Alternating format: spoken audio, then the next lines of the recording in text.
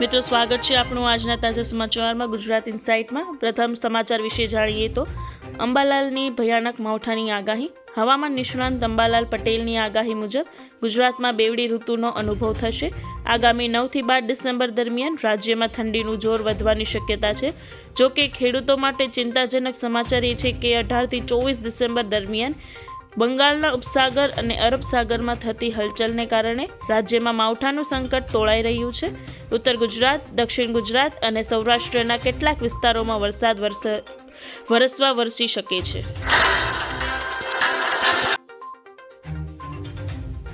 હવે દર મહિને 3,000 રૂપિયા મળશે. કેન્દ્ર અને રાજ્ય સરકાર દ્વારા ખેડૂતોની આવક બમણી કરવાના વાયદાઓ છતાં ગુજરાતના ખેડૂતોની આર્થિક સ્થિતિ કથળી રહી છે. લોકસભામાં રજૂ થયેલા રિપોર્ટ મુજબ ગુજરાતના પ્રત્યેક ખેડૂતના માથે સરેરાશ 56,000 રૂપિયાનું દેવું છે. રાજ્યના 55 લાખ ખેડૂતોને 14,000 રૂપિયા કરોડની બેંક લોન લીધી છે. ખેતીનો ખર્ચ વધવા અને પાકને પૂરતો ભાવ ન મળવા જેવી સમસ્યાઓને કારણે ખેડૂતો દેવામાં ડૂબી રહ્યા છે અને ઘણા ખેડૂતો ખેતી છોડી રહ્યા છે. તો તમારું રેશન કાર્ડ રદ થઈ જશે. કેન્દ્ર સરકારે રેશન કાર્ડ ધારકોને લઈ નવી ગાઈડલાઈન જાહેર કરી છે, જેમાં કેવાયસી અને રાશનના જથ્થાને લઈ નવા નિયમો જાહેર કર્યા છે. જેમાં દેશના કોઈ પણ રાશન કાર્ડ ધારકે સતત 6 મહિના સુધી રાશનનો જથ્થો લીધો નહીં હોય તો તેનું રાશન કાર્ડ આપોઆપ રદ થઈ જશે. આ સિવાય સરકારે દર 5 વર્ષે કેવાયસી કરવાનો પણ આદેશ કર્યો છે. ખાસ કે રેશન કાર્ડને લઈ ચાલતી કાળાબજારી અને ડુપ્લિકેશન જેવા મુદ્દાઓને લઈ સરકારે આ નિર્ણય કર્યો છે. જનધન ખાતામાં આવશે પૈસા. કેન્દ્ર સરકાર દેશવાસીઓને આર્થિક રીતે સશક્ત બનાવવા માટે અનેક યોજનાઓ ચલાવી રહી છે. મોદી સરકારે વર્ષ 2014માં પ્રધાનમંત્રી જનધન યોજના શરૂ કરી હતી. આ યોજના દેશવાસીઓને બેન્કિંગ સિસ્ટમ સાથે જોડવાના ઉદ્દેશ્ય સાથે તેમજ સસ્તી નાણાકીય સેવાઓનો લાભ આપવાના ઉદ્દેશ્યથી શરૂ કરવામાં આવી હતી. જનધન યોજના હેઠળ તમે ઝીરો બેલેન્સ બેંક એકાઉન્ટ ખોલી શકો છો. પ્રધાનમંત્રી જનધન યોજનામાં સૌથી વિશેષ સુવિધા એ છે કે જેમને જનધનમાં અને ખાતું ખોલાવ્યું છે તેમને ઝીરો બેલેન્સ એકાઉન્ટ પર 10,000 સુધીની લોનની સુવિધા આપવામાં આવે છે, જેને ઓવરડ્રાફ્ટ સુવિધા કહેવામાં આવે છે. આ એક પ્રકારની લોન સુવિધા જ છે, જેમાં તમારા ખાતામાં બેલેન્સ ન હોવા છતાં પણ તમે આ સ્કીમ હેઠળ 10,000 સુધીની લોન માટે અરજી કરી શકો છો. જ્યારે આ સિવાય જનધન યોજના હેઠળ અકસ્માત વીમો પણ આપવામાં આવે છે.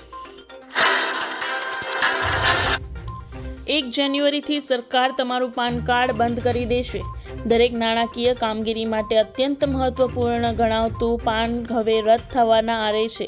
સરકારના જણાવ્યા અનુસાર જો તમે નિયત કરેલી પ્રક્રિયા પૂર્ણ નહીં કરો તો 1 જાન્યુઆરી 2026થી તમારું પાન કાર્ડ નિષ્ક્રિય કરી દેવામાં આવશે.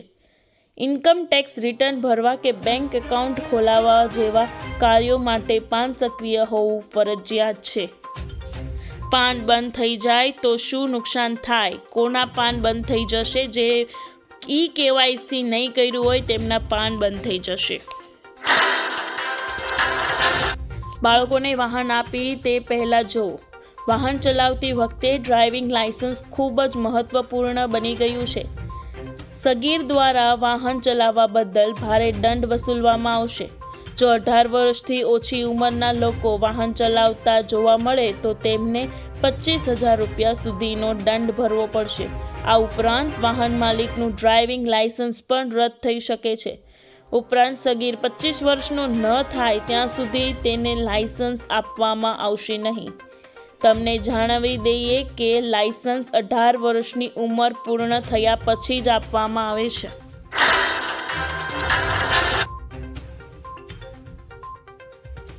સરકાર 4% વ્યાજે ₹5 લાખની લોન આપશે.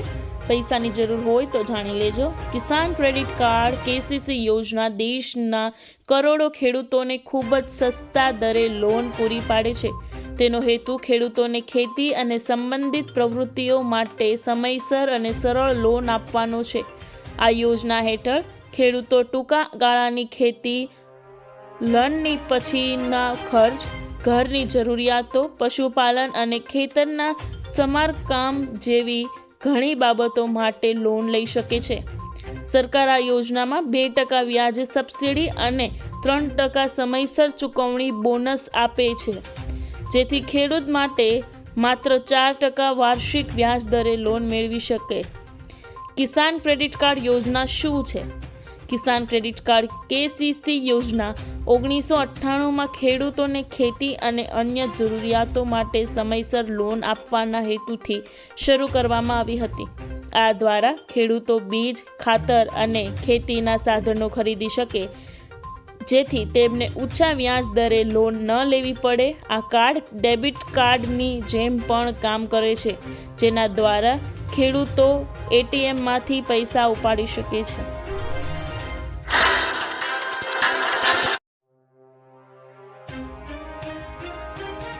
ખેડૂતોને ટ્રેક્ટર ખરીદવા 50,000ની સબસિડી. ખેડૂતો માટે ખેતી હંમેશા એક મોટો પડકાર રહ્યો છે, કારણ કે અબળક ખેતીમાં ટ્રેક્ટરને સૌથી મોંઘું સાધન માનવામાં આવે છે. ટ્રેક્ટર વિના ખેડાણ, બીજ વાવવા અને પાક કાપવા અત્યંત મુશ્કેલ બની જાય છે. ગ્રામીણ ખેડૂતોને ઘણીવાર ટ્રેક્ટર ખરીદવાનું અશક્ય લાગે છે, જેનો ખર્ચ લાખો રૂપિયા થઈ શકે છે. આ મુદ્દાને ઉકેલવા માટે કેન્દ્ર સરકારે ખેડૂતો માટે એક ખાસ યોજના શરૂ કરી છે. આ યોજના ખેડૂતોને ટ્રેક્ટર ખરીદવા માટે સીધી નાણાકીય સહાય પૂરી પાડે છે. ખેડૂતો હવે નવા ટ્રેક્ટર પર 20%થી 50% સબસિડી મેળવી શકે છે. આ સુવિધાનો લાભ લઈને ખેડૂતો તેમના ખેતી કાર્યોને સરળ બનાવી શકે છે અને આધુનિક કૃષિ પદ્ધતિઓ અપનાવીને ઉત્પાદનમાં વધારો કરી શકે છે. ખેડૂતોને બેટરી પંપ ખરીદવા 10,000 રૂપિયાની સહાય. ગુજરાત સરકાર દ્વારા ખેડૂતોના વિકાસ માટે અવનવી યોજનાઓ અમલમાં મૂકવામાં આવે છે, જેમાં ફોર્મ ભરવા માટે મહત્વનો ભાવ આય ખેડૂત પોસ્ટ ભજવે છે, જેના અંતર્ગત ખેતીવાડી લાગતી તમામ યોજનાઓ લાભ મેળવી ખેડૂતોને સતત વિકાસ હંમેશા વધતે રહે તે માટે ગુજરાત સરકાર દ્વારા અત્યંત પ્રયત્નો કરવામાં આવી રહ્યા છે. આ યોજનાઓ મુખ્ય ઉદ્દેશ્ય ખેડૂતોને પાક સંરક્ષણ, જીવનનાથી સુરક્ષિત રાખવા માટે જરૂરી દવા છંટકાવના પંપ ખરીદવા માટે આર્થિક સહાય પૂરી પાડવામાં આવી રહી છે. ખેડૂતો માટે ખેતીના પાકમાં અત્યારે સૌથી વધુ નુકસાન પહોંચાડતો કીટકો અને રોગોનું નિયંત્રણ કરવું એ ખેડૂતો માટે બહુ મુશ્કેલ બન્યું છે. ખેડૂત માટે એક મોટો પડકાર છે. PM આવાસ યોજનાઓને લઈને મોટા સમાચાર. રાજ્યના લોકો માટે સારા સમાચાર છે. PM આવાસ યોજના હેઠળ લાભાર્થીઓને રાજ્ય સરકાર ₹50,000 વધારીને સહાય આપશે. મંત્રી કુંવરજી હળપતિએ વિધાનસભા ગૃહમાં જણાવ્યું હતું કે રાજ્યના મહત્તમ નાગરિકોને પોતાનું આવાસ પૂરું પાડવા બજેટ ₹1226.70 કરોડની જોગવાઈ કરાઈ છે. હવે રાજ્ય ભંડોળમાંથી લાભાર્થી દીઠ વધારીને 50,000 સહાય પૂરી પાડવામાં આવશે, જેના માટે પણ બજેટમાં ₹550 કરોડની જોગવાઈ કરવામાં આવી છે. જૂના બેંક ખાતા ધારકો ધ્યાન આપે. બેંક માટે RBIએ નવા નિયમો લાગુ કર્યા છે, જે મુજબ છેલ્લા 2 વર્ષથી જે ખાતામાં ટ્રાન્ઝેક્શન નથી થયું, ખાતામાં કોઈ લેવડ દેવડ નથી થઈ, બેંક ખાતામાં 0 બેલેન્સ છે, એવા દરેક ખાતા 2025માં બંધ કરી દેવામાં આવશે.